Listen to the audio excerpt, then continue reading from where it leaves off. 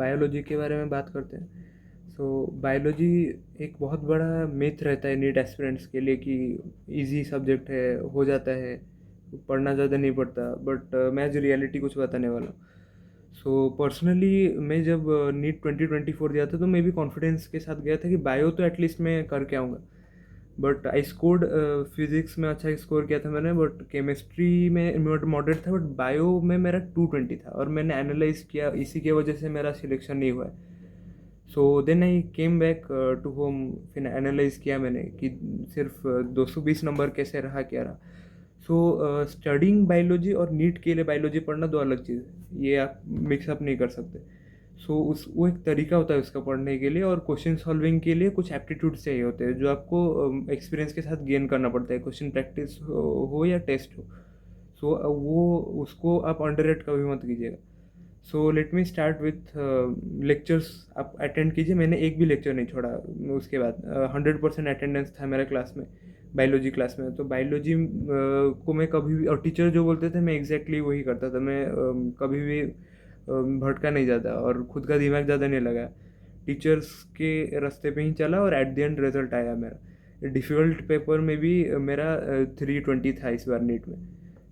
This was the path that I followed. Lectures आपको देखना है, टीचर्स के फॉलो करना है, अच्छे से फॉलो करना है, एंड अटेंटिव रहना है क्लास में, और विद द फ्लो चलना है टीचर के। वो जो इंटेंसिटी में समझा रहे हैं वो इंटेंसिटी को बाई कीजिए।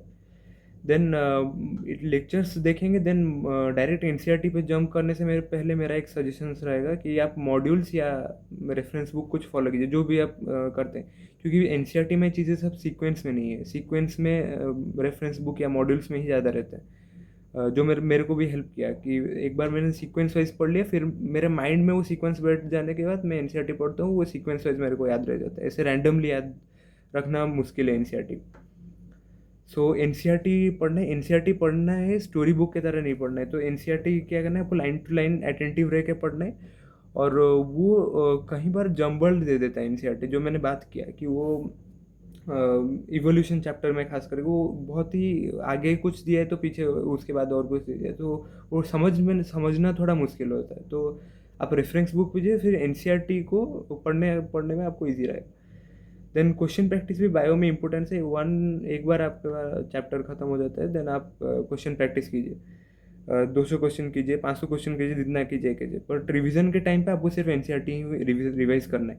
एट द एंड आप जो भी रेफरेंस बुक पढ़ेंगे, जो भी लेक्चर नोट्स पढ़ेंगे, सब एनसीईआरटी के लिए ही पढ़ेंगे। एट द एंड आपको एनसीईआरटी रिवाइज करना है, वो बाइबल होता है नीट में। इस बार थोड़ा बाहर चले गए एनसीईआरटी के बहुत, बट जनरली फिर भी इस बार 70 क्वेश्चन 80 क्वेश्चन तो आसपास था एनसीईआरटी से, इतने भी बाहर नहीं गए। तो आप अगर एनसीईआरटी पढ़ते हैं अच्छे से, आप सिलेक्शन एटलीस्ट ले लेंगे, और वही एम रहना चाहिए आपका। क्वेश्चन प्रैक्टिस स्टेटमेंट वाइज का इंपॉर्टेंस आजकल बहुत, जैसे नीट 2025 में बहुत लेंदी क्वेश्चन है, तो आप स्टेटमेंट वाइज और एयर क्वेश्चन आप इम्पोर्टेंस दीजिए। एयर में जब जब भी एनटीए को होगा ऐसे कि हमको मार्क्स डाउन करने बच्चों, तो एयर क्वेश्चन वो डाल देंगे, क्योंकि वो बहुत कंफ्यूजिंग होता है। तो वो प्रैक्टिस भी करके जाइए आप। रिवीजन के लिए सिर्फ एनसीईआरटी फॉलो कीजिए। अगर आप कॉन्सेप्ट्स भूल गए तो आप क्लास नोट्स या फिर मॉड्यूल्स पढ़ सकते हैं, बट रिवीजन के लिए एनसीईआरटी ही पढ़िए। अगर आपको होता है तो आप कुछ मॉक टेस्ट में रिवीजन हो जाता है यूजुअली, बट कुछ क्वेश्चन अगर प्रैक्टिस करना है जो आपको लग रहा है कि नीड है तो कीजिए, उसमें कोई प्रॉब्लम नहीं। बट ऐसे नहीं कि 1000 क्वेश्चन पढ़ करने बैठ रहे हैं तो टाइम लॉस हो रहा है उसके। और थ्योरी ही मेन रिवीजन करना होता है बायोलॉजी में। क्वेश्चन से आप ऐसे मत समझिए कि एक बार क्वेश्चन सॉल्व कर लिया तो चैप्टर रिवाइज हो गया, वैसे नहीं। आपको थ्योरी बार बार पढ़ना है, और बार बार पढ़ोगे आपको बार बार नया चीज़ मिलेगा, ये एनसीईआरटी का एक खासियत है। देन सॉल्व सेनगेज आप प्रीफर कीजिए ओवर एमटीजी। एमटीजी का जो भी प्रोडक्ट है मुझे क्यों नीट के लिए अच्छा नहीं लगा, जैसे कि उनका टेस्ट सीरीज भी 1-2 मैंने अटेम्प्ट किया, वो मेरे को अप टू द मार्क नहीं लगा। और एमटीजी फिंगर टिप्स एनसीईआरटी में, वहाँ पे एनसीईआरटी में ज़्यादा कुछ नहीं दिया, एनसीईआरटी के लिए कुछ ज़्यादा नहीं दिया, मेरे को सेनगेज थोड़ा बेटर लगा उससे। तो आप सेनगेज ट्राई कीजिए, वो मेरा सजेशन रहेगा। सेनगेज आप एमटीजी फिंगर टिप्स से सेनगेज को ज़्यादा ऊपर होगी। अब एग्जाम टेम्परेटमेंट के बारे में बात करेंगे तो बॉटनी जूलॉजी अगर इक्वल आते हैं तो वो बैलेंस्ड पेपर माना जाता है। इस बार में बॉटनी का ज़्यादा पोर्शन रह गया था, सो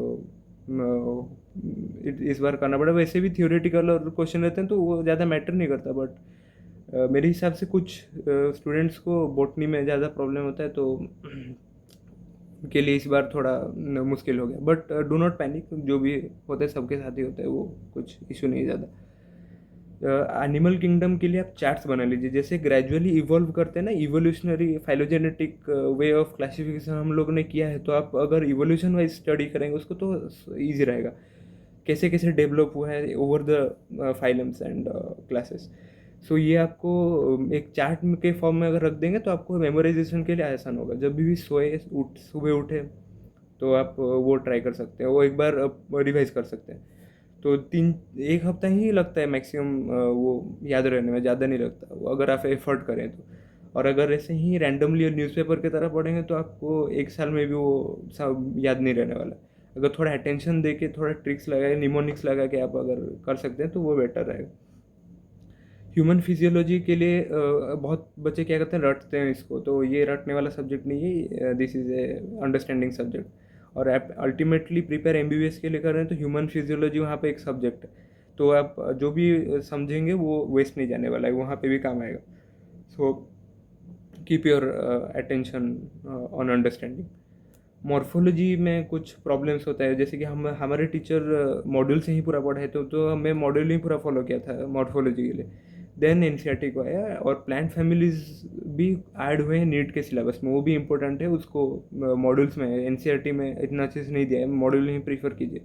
एग्जाम्पल्स भी याद रहना चाहिए और कुछ की फीचर्स भी याद रहना चाहिए, वो इम्पोर्टेंट। और कहीं बार आप प्लांट फैमिलीज़ को इग्नोर कर देते तो इग्नोर मत कीजिए, वो भी एक टॉपिक है, वो नीट में वेटेज रखता है, इस बार भी कुछ क्वेश्चंस आए थे उसमें। So attempt paper according to your confidence on the subject, जैसे कि कॉन्फिडेंस आपको अगर बायो में है तो आप पहले कीजिए, पहले आधे घंटे में ही सॉल्व कर लीजिए। अगर कॉन्फिडेंस इतना नहीं आता है तो आप लास्ट में भी कर सकते हैं, कोई प्रॉब्लम नहीं है, वो आपके अपने हिसाब से देख लेना। अब अगर हम कुछ नीट एग्ज़ाम के बारे में बात करेंगे, प्रैक्टिकली अगर बात करेंगे, मैंने दिया है तो I should explain it. So pressure factor एक रहता है, अगर आपने सीरियसली प्रिपेयर किया है, आपने बहुत सैक्रिफाइसेस किए हैं इस एग्ज़ाम के लिए, सो आपको उस दिन एक प्रेशर रहता है एग्ज़ाम डे में। सो वो प्रेशर आप जितने भी स्ट्रांग हो आपके ऊपर हावी होने वाला। सो आपका एक ही चीज़ काम में आएगा तब, वो है मसल मेमोरी, जो आपने बिल्ड किया होगा रिवीजन, बार बार रिवीजन करके और मॉक टेस्ट देके, वही आपको काम आने वाला है। सो ये माइंड में रहना है कि वहाँ पे कुछ क्रिएटिव आप कर नहीं सकते ज़्यादा। सो ये माइंड में रखना है, muscle memory eight the and काम आने वाला है, सो मसल मेमोरी को स्ट्रांग करने में होना चाहिए। जैसे कि केमिस्ट्री के बारे में कुछ बात कर लेते हो, तो केमिस्ट्री में आपको निमोनिक्स आप बना सकते हो, केमिस्ट्री में कुछ निमोनिक्स आप ट्राई कर सकते हो। निमोनिक्स बोला बायो में तो याद आया मुझे, तो आप निमोनिक्स आईयूसी में खास करके वहाँ पे निमोनिक्स आप पीरियोडिक टेबल पूरा याद रहना चाहिए और निमोनिक्स भी होना चाहिए। और एक वहाँ पे भी इग्नोर, जैसे कि यहाँ पे प्लांट फैमिलीज को लोग इग्नोर करते हैं, वहाँ पे भी एक इग्नोर टॉपिक है सॉल्ट एनालिसिस। सो वो I don't think it should be ignored, वो आता है, वेटेज है उसका, 3-4 सवाल इस साल भी आया था और हर साल आता है। और सॉल्ट एनालिसिस एज सच कुछ सीरियसली कोई कोचिंग इंस्टीट्यूट या स्कूल में पढ़ाया नहीं जाता, आई थिंक वो पढ़ाना चाहिए। एंड मेरे पास कुछ नोट्स हैं, मैं अगर होगा तो आपको डिस्क्रिप्शन बॉक्स में दे दूंगा। बट मसल मेमोरी बिल्ड करना है। देन इस बार का जैसे पेपर पूरा ही अनप्रिडिक्टेबल था, तो सब पैनिक में आके बहुत गलती कर दिए और स्कोर्स भी बहुत, कट ऑफ भी बहुत लो चला गया इस बार। सो पैनिक मत कीजिए, जो भी हो रहा है सबके साथ हो रहा है, और वो कुछ ज़्यादा सीरियसली नहीं लेना है उस चीज़ को। आपके साथ जो हो रहा है वो ज़रूरत नहीं, जैसे फिजिक्स आपको डिफ़िकल्ट लग रहा है तो वो मेरे एग्ज़ाम हॉल में सबको डिफ़िकल्ट लग रहा है। हाँ, जो जेई लेवल का किया होगा या थोड़ा एडवांस लेवल का प्रिपेयर किया होगा उसके लिए थोड़ा आसान होगा, लेकिन उसके लिए भी ईजी नहीं होगा। और बच्चे जितने सिलेक्शन होते हैं उतने ही होते हैं। सो एक हार्ड पेपर में आपको रैंक थोड़ा बेटर आना ज़्यादा पॉसिबिलिटी है अगर आपने सिंसियरली प्रिपेयर किया है। So that the point. और at the end life never stops, life कभी रुकता नहीं है, तो नीट क्लियर हो ना हो इतना मैटर नहीं करता।